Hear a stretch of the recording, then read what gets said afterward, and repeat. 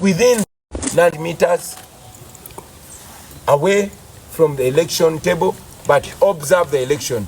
Make sure nobody stuffs ballots into that box. Make sure everything is transparent. What is wrong with that, Mr. Byabakama? Why don't you want people to observe the election?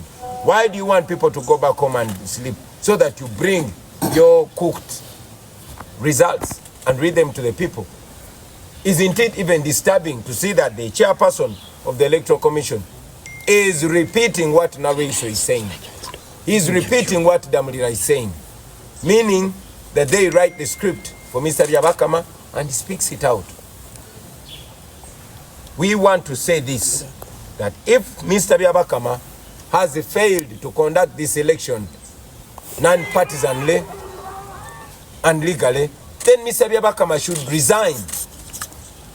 Mr. Byabakama, you should resign from the position of chairperson of Electoral Commission if you have failed to conduct an election that is transparent, free, and fair. Finally, we also want to mention this. We know that General Museveni is planning to rig the election, but we have reliable information that in his plan to rig the election, they're trying to provoke the people of Uganda into an unrest so that they can carry out a massacre akin to what they did in 2020 on the 18th and 19th of November. So we want to bring this to the attention of the international community. We want to bring this to the attention of the regional community and the African community, the African Union and the East African community, that as you're watching this, we are telling you this before it happens. General Museveni is planning a massacre on the people of Uganda. They call it a preemptive massacre so that he can cow the people down in order to rig the election, having intimidated them. We thought it's very, very important to put this to light. We also are aware that Museveni is planning to put a curfew prior to the election so that he can tie the people of Uganda down in order to rig the election. We thought it's important to inform the nation. That said, we said it in the beginning and we still reiterate it, that we are continuously going to be law-abiding, we are going to be non-violent, we are going to be disciplined, but we are going to reach every part of Uganda in whichever way we manage to reach there. The regime will continue exposing itself. Our weapon is the camera. We thank you. Muluganda, abasebo ne banyabo atubebaza olw'okujja okwongerayo eddoboozi lyaffe. Olunaku lwa leero tugenda ku campaigningira mu disitulikiti y'e Kayunga, naye nga tetunaba kusimbula, tulowooza nti kikulu nnyo okwogera ku nsonga zino. Ensonga esooka bwe bulumbaganyi, ettemu n'okutulugunyizibwa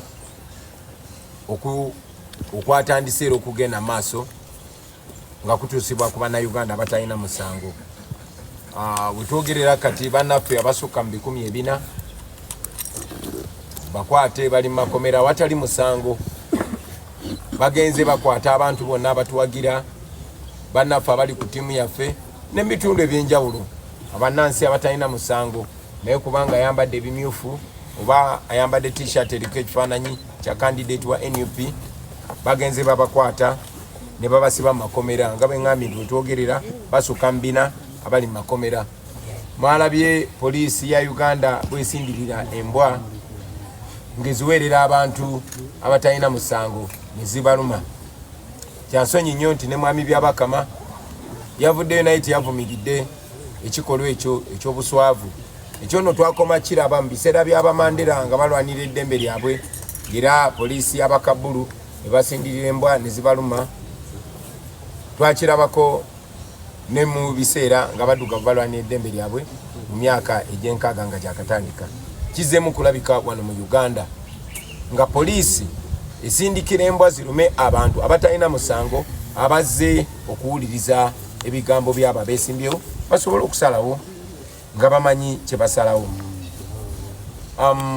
Tikyakumyoko bwe tuba mu kampeyini zaffe poliisi ejja n'obuuma obukubisa amasanyalaze ne bukubisa abantu abatalina musango. Mubalabye nga bakuba abakadde, mubalabye nga bakuba abaana bato, mubalabye nga baggala amakubo gye tulina okuyita ne tutayitayo. Baggadde amakubo amanene ne batusindika mu bukubo obw'ettaka ate nayo ne batulumbayo ne bagenda nga batukuba omukka ogubalagala nga tewali musango. Ebyo byonna nno bibigenda maaso nga biri ku kamera. Tebakomyawo ne mu lwale zennyini abantu gye baba bakuŋŋaanye nga bali mu ddembe nga tuli mu kwogera nabo era namo bakasukamu omukka ogubalagala basobole okusaasaanya abantu. Abapoliisi kyewunyisa tibatambula n'abakamera nga babloga bwe bamala okuba abantu baveewo baagala bafiriminga ekifo nga kikalu bakiteeke ku social media nga balinga abagezaako okulaga nti tetulina bantu.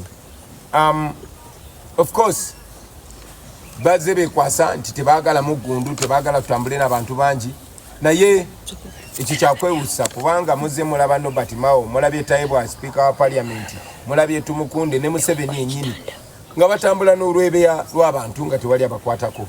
So police begamba nti fe aba NUP tetulina kujja n'abawagizi baffe oba abawagizi baffe tebalina kutuwagira ne batugoberera oba ne batuwerekerako.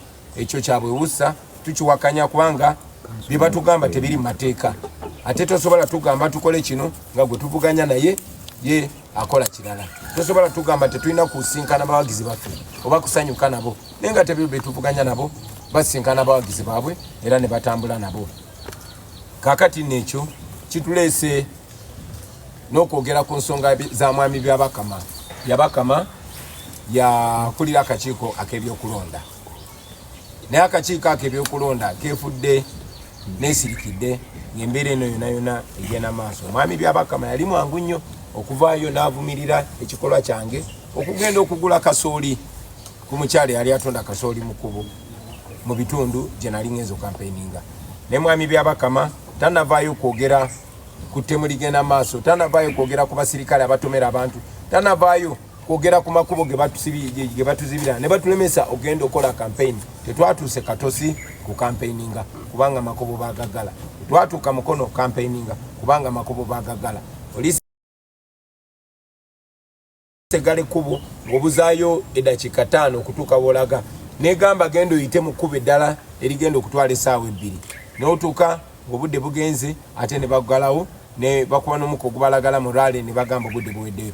So yenkola mwami Byabakama tanaba gyogerako wabula mwami Byabakama mwamuwulira mwenna bwe yavaayo n'avumirira kye tuyita protest vote oba enkola gye tugenda ogenda nayo mu kalulu nga tugenda okulonda nga tuwakanya ebyo ne bitunyigiriza ekitamenya mateeka. Mwami Byabakama ayina kubeera referee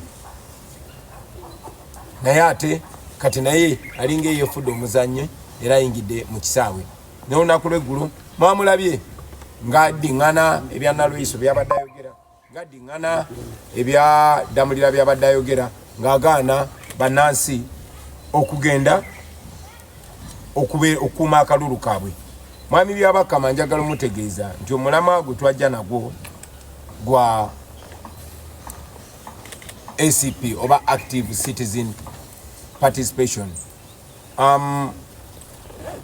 Abannansi ba Uganda balina eddembe okwenyigira mu kukuuma akalulu era etteeka erifuga okulonda president gye bayita Presidential Elections Act likitaanya lunye mu kanyomero mu section eya 3 mu subsection ey'okuna liragira nti abantu abamaze okulonda baddembe okuyimirira mita 2 okuva ku meeza erondebwako.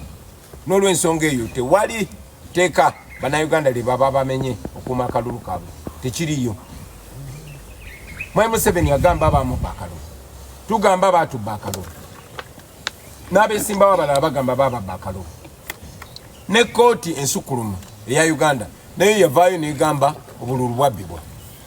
N'olw'ensonga eyo tumenya teeka ki oba tukola nsobi ki bwe tuvaayo ne tukubiriza bannayuganda bonna okuvaayo okuuma akalulu kaabwe ng'etteeka bwe liragira. bandibadde basanyuka na busanyusi. Naye kubanga tukakasa nti bwe babyenyigiramu ffe ng'aba NUP tulumiriza mwami Byabakama ti yakulembera okubba obululu. Kati gwe mwami Byabakama nga gwe suspect mu kubba obululu, ate osobola otya okujja n'ogamba omunyiza nti okubanga ntebereza omuntu obubbi, ate omubbi yennyini najja n'angamba temuggalawo nnyumba zammwe, temuzisibaawo, muzireke, buli kimu kijja kuba kirungi. Lwaki tukuwuliriza? Lwaki toyagala bannansi babitunuulire? Wabanga akalulu ka bwerufu ka mazima ka bwenkanya, lwaki toyagala bannansi